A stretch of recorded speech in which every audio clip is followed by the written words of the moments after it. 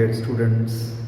तो हम लोग बहुत ही इंपॉर्टेंट सीरीज़ पढ़ रहे हैं नीट एग्जामिनेशंस के लिए, टीजीटी पीजीटी के लिए भी, और सीएसआईआर में भी हेल्प करता है। इसके अलावा आपके बोर्ड एग्जामिनेशंस के लिए तो मस्त एकदम फुल टू है ही। बीएससी एमएससी में भी हेल्प कर देता है, एंट्रेंस एग्जामिनेशंस में खासकर हेल्प करता है, डिफरेंट कॉम्पिटिटिव एग्जामिनेशंस में हेल्प करता है। और वो चैप्टर है बॉडी फ्लूइड्स एंड सर्कुलेशन।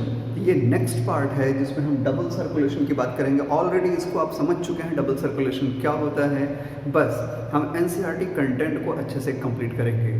तो हमारी बॉडी में, यानी ह्यूमन बॉडी में, समझ रहे सभी लोग, तो ह्यूमन बॉडी में खास बात क्या है? खास बात ये कि हमारा जो ह्यूमन का हार्ट होता है पंप करता है, और लेफ्ट साइड में केवल ऑक्सीजनेटेड ब्लड आता है और राइट साइड में केवल डीऑक्सीजनेटेड ब्लड आता है। ऑक्सीजनेटेड ब्लड पूरे बॉडी पार्ट में जाता है और फिर पूरी बॉडी पार्ट से इकट्ठा होकर राइट साइड में डीऑक्सीजनेटेड ब्लड इकट्ठा होता है। Systemic circulation, this is what systemic circulation. इसी तरह से पढ़ा है ना। अब क्योंकि हार्ट में कभी भी ऑक्सीजनेटेड और डीऑक्सीजनेटेड ब्लड आपस में मिक्स नहीं होता है, और मिक्स नहीं होता है तो दो बार सर्कुलेशन हो रहा है, एक ही हार्ट में हो रहा है, दो अलग अलग पाथवे को फॉलो करते हुए, यानी वेसल्स एकदम सेपरेट हैं, different vessels, different blood concentrations के लिए, यानी जिसमें CO2 का कंसंट्रेशन ज़्यादा है उसके लिए अलग ब्लड वेसल बनी हुई है, जिसमें O2 का कंसंट्रेशन ज़्यादा है उसके लिए अलग ब्लड वेसल बनी हुई है। This is called double circulation. This is called double circulation. अब इसको थोड़ा सिंपल कर लेते हैं, ठीक है? ओके, हमारी बॉडी में ब्लड फ्लो करता है ऑक्सीजनेटेड ब्लड और डीऑक्सीजनेटेड ब्लड, दो फॉर्म में। ऑक्सीजनेटेड ब्लड वो है जिसमें ऑक्सीजन की कंसंट्रेशन ज़्यादा है, और oxygenated blood normally arteries, aorta and arteries नाम के ब्लड वेसल में फ्लो करते हैं, जबकि डीऑक्सीजनेटेड ब्लड कहाँ फ्लो करेंगे? Vena cava, venules and veins नाम के ब्लड वेसल में। अलग अलग ब्लड वेसल हैं, दोनों सेपरेट हैं, दोनों का कनेक्शन कहाँ होता है? कैपिलरीज पे। लेकिन कभी भी ये ब्लड मिक्स नहीं होते। ये समझ में आ रहा है? मिक्स नहीं होते, सेपरेट पोर्शन बने हैं और वहाँ से फिर वो अलग अलग ट्रांसपोर्ट होते हैं।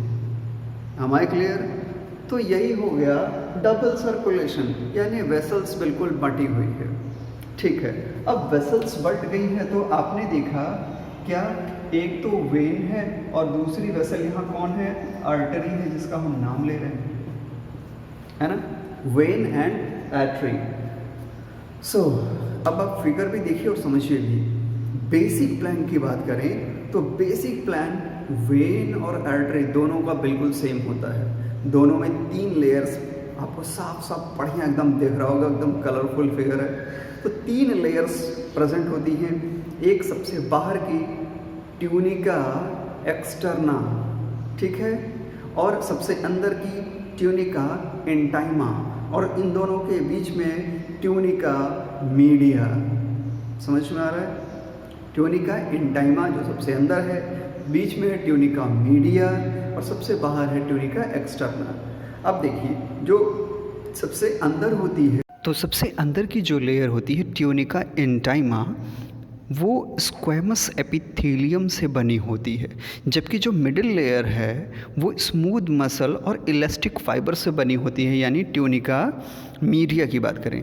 अब ट्यूनिका एक्सटर्ना की बात करें तो ये फाइबर्स कनेक्टिव टिश्यू से बने होते हैं जो कोलेजन फाइबर्स के साथ होते हैं।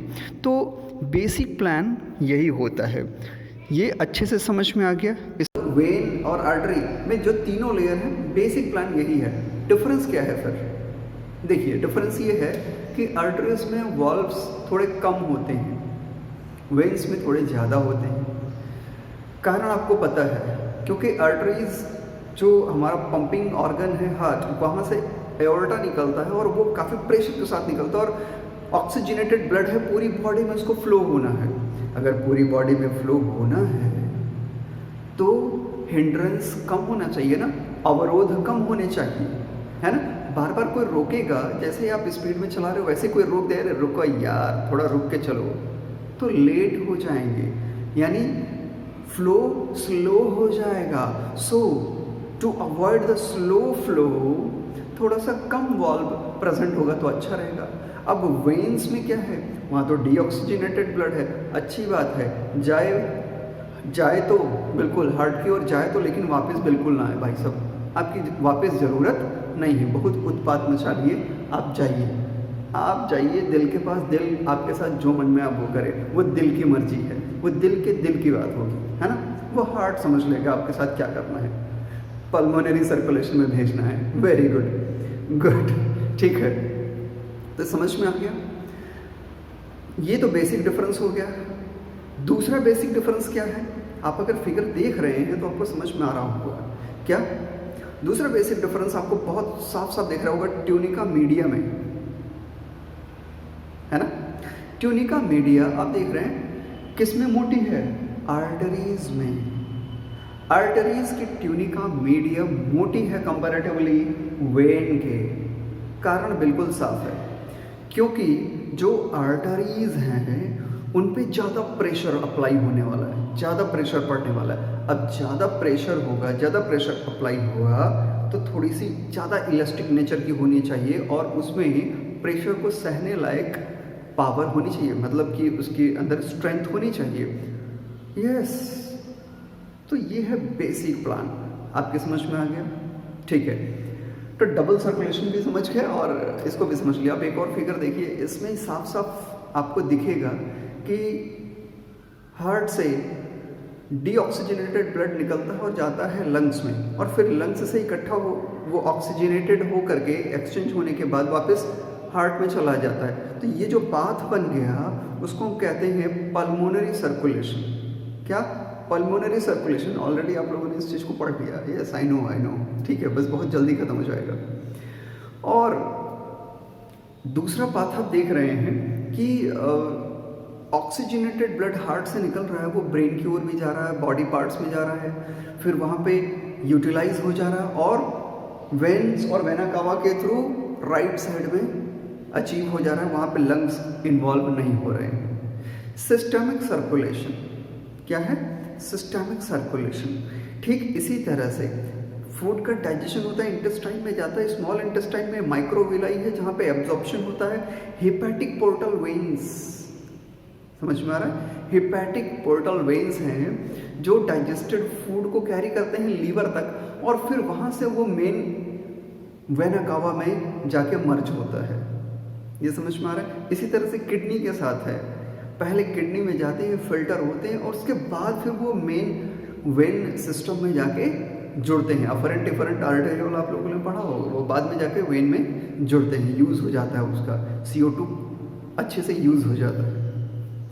इतना अच्छे से समझ में आ रहा ना, एकदम क्लियर हूँ मैं, गुड। हिपैटिक पोर्टल सिस्टम हो गया, इसी तरह से रीनल सिस्टम हो गया। इसी तरह से ह्यूमन हार्ट में खुद ब्लड के सर्कुलेशन को मेंटेन करने के लिए किसकी ओर, हार्ट की ओर ले जाने के लिए आर्टरीज, और हार्ट से ब्लड को फिर इकट्ठा करके राइट साइड में लाने के लिए वेन्स होती हैं, जो कि खुद हार्ट के सर्कुलेशन को मेंटेन करते हैं।